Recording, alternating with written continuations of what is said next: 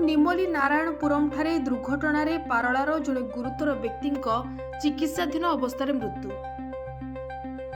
गजपति जिला पारलाखेमुंडी सहरर दुई व्यक्ति गत किछि दिन तले आंध्र सड़क दुर्घटनार शिकार होई गुरुतर होइतिले।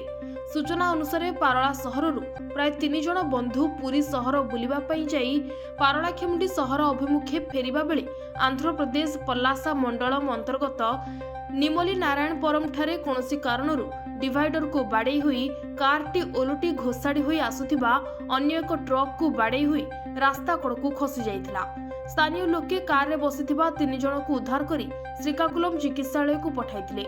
आज गजपति जिला पारलाखेमुंडी करण साही निवासी मुखी पाणिग्राहींकर चिकित्साधीन अवस्था मृत्यु घटिथिबा सूचना मिलिछि। स्वर्गत मुखी जड़े मेलापी व्यक्ति थिबा बेले से सहरर जड़े परिचित व्यक्ति थिले।